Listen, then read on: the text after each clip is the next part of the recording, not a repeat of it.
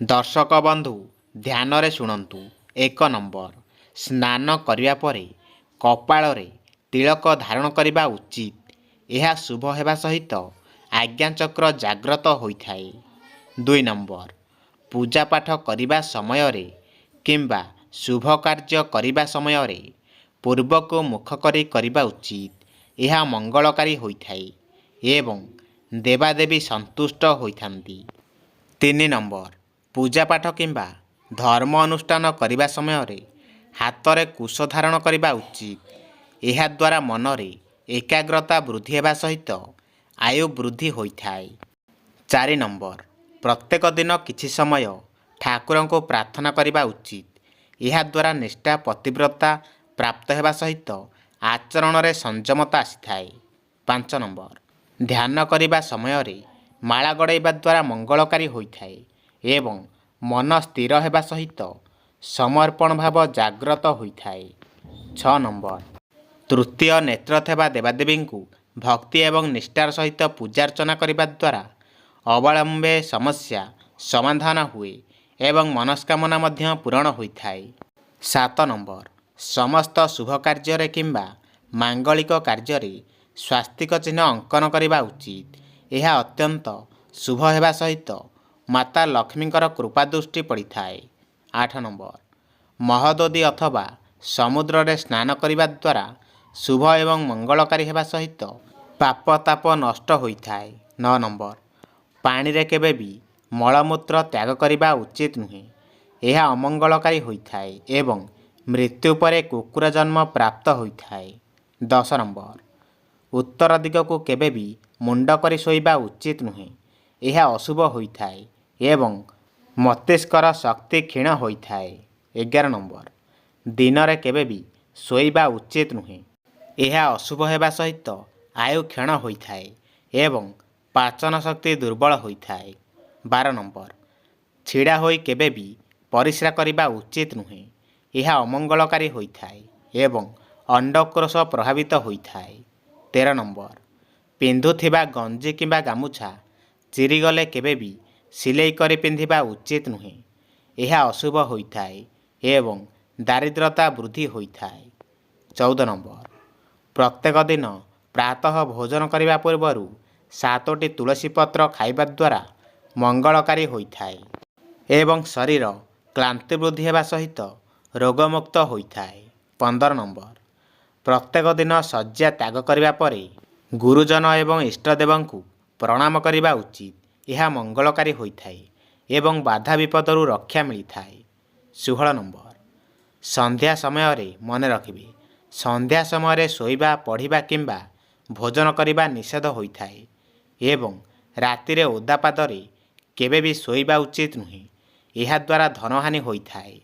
17 number, ଭଲ ରୋଜଗାର କରିବା ପରେ ବି ଯଦି ଧନ ସଞ୍ଚୟ ହୋଇପାରୁନଥାଏ ତେବେ ଶନିବାର ଦିନ କଳା କୁକୁରକୁ ରୁଟିରେ ସୋରିଷ ତେଲ ଲଗାଇ ଖାଇବାକୁ ଦେଲେ ଧନ ସଞ୍ଚୟ ବୃଦ୍ଧି ହୋଇଥାଏ। 18 ନମ୍ବର, ସପ୍ତାହକୁ ଥରୁଟିଏ ସମୁଦ୍ର ଲୁଣ ପାଣିରେ ପକାଇ ଘର ପୋଛା ମାରିବା ଦ୍ୱାରା ଅଶୁଭତ୍ୱ ଦୂର ହୋଇଥାଏ ଏବଂ ପରେ କଳି ଝଗଡ଼ା ହୋଇନଥାଏ। 19 ନମ୍ବର, ପ୍ରତ୍ୟେକ ଦିନ ମହାଲକ୍ଷ୍ମୀଙ୍କୁ ଧ୍ୟାନ କରି ଶୁଦ୍ଧ କେଶର ତିଳକ ଲଗାଇବା ଉଚିତ। ଏହାଦ୍ୱାରା ଧନ ଲାଭର ସମ୍ଭାବନା ବୃଦ୍ଧି ହୋଇଥାଏ।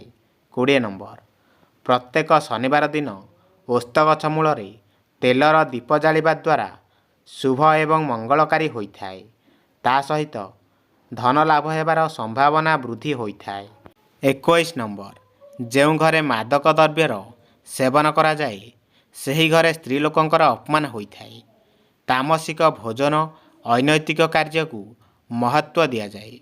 ସେମାନଙ୍କର ଧନ ଡାକ୍ତରଖାନା ଜେଲଖାନା ଏବଂ ପାଗଳଖାନାରେ ଖର୍ଚ୍ଚ ହୋଇଥାଏ।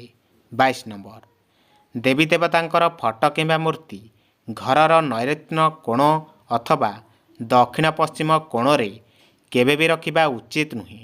ଏହା ଅଶୁଭ ହୋଇଥାଏ ଏବଂ କୋର୍ଟ କଚେରୀରେ ମାମଲା ଦେଖା ଦେଇଥାଏ।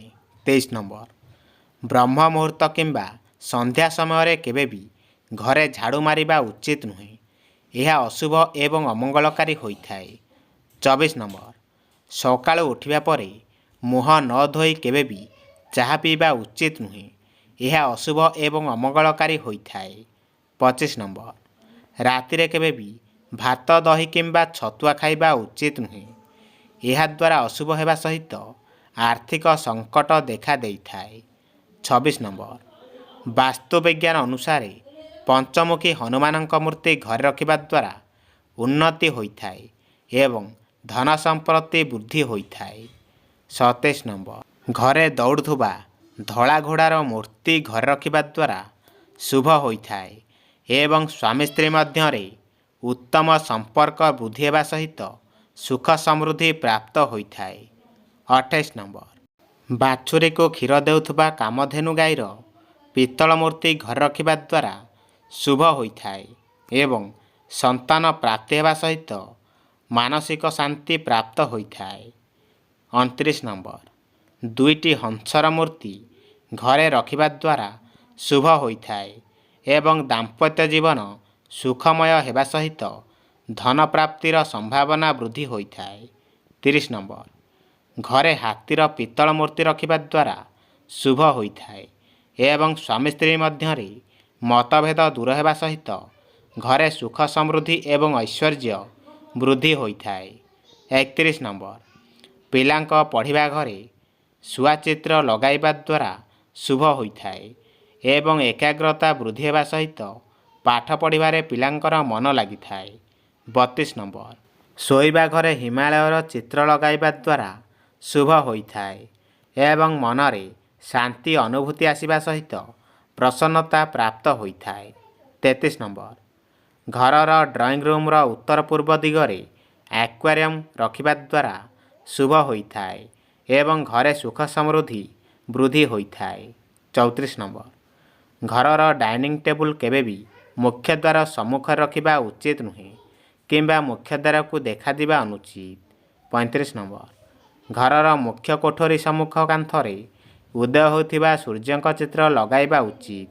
ଏହାଦ୍ୱାରା ଭାଗ୍ୟ ଉଦୟ ହୋଇଥାଏ ଏବଂ ସଫଳତା ପ୍ରାପ୍ତ ହୋଇଥାଏ। 36 ନମ୍ବର, ଘରର ଶୟନ କକ୍ଷରେ କେବେ ବି କୌଣସି ଗଛ କିମ୍ବା ଜଳ ସମ୍ପର୍କିତ ଜିନିଷ ରଖିବା ଉଚିତ ନୁହେଁ। ଏହା ଅଶୁଭ ହୋଇଥାଏ। 37 ନମ୍ବର, ଗ୍ରହଣ ଲାଗିଥିବା ସମୟରେ ଲବଙ୍ଗ କିମ୍ବା ଗୁଜୁରାତି ଭସ୍ମ ପ୍ରସ୍ତୁତ କରି ମୁଣ୍ଡରେ ମାରିଲେ ସମସ୍ତ କାର୍ଯ୍ୟ ସଫଳ ହୋଇଥାଏ। 38 ନମ୍ବର, ଘରର ମୁଖ୍ୟ ଲୋକଙ୍କର ବେଡ୍ରୁମ୍ ଉତ୍ତର ଦିଗରେ କରନ୍ତୁ ନାହିଁ, ଏହା ଅମଙ୍ଗଳ ହୋଇଥାଏ। 39 ନମ୍ବର, ଘରର ଦକ୍ଷିଣ ଦିଗରେ ବେଡ୍ରୁମ୍ କଲେ ଏହା ବହୁତ ଶୁଭ ହୋଇଥାଏ। 40 ନମ୍ବର, ଘରର ଡ୍ରଇଂ ରୁମ୍ରେ ବୃଦ୍ଧଙ୍କର ମୂର୍ତ୍ତି ରଖିଲେ ବାସ୍ତୁ ସମସ୍ୟା ଦୂର ହେବା ସହିତ ଆର୍ଥିକ ସ୍ଥିତି ଦୃଢ଼ ହୋଇଥାଏ।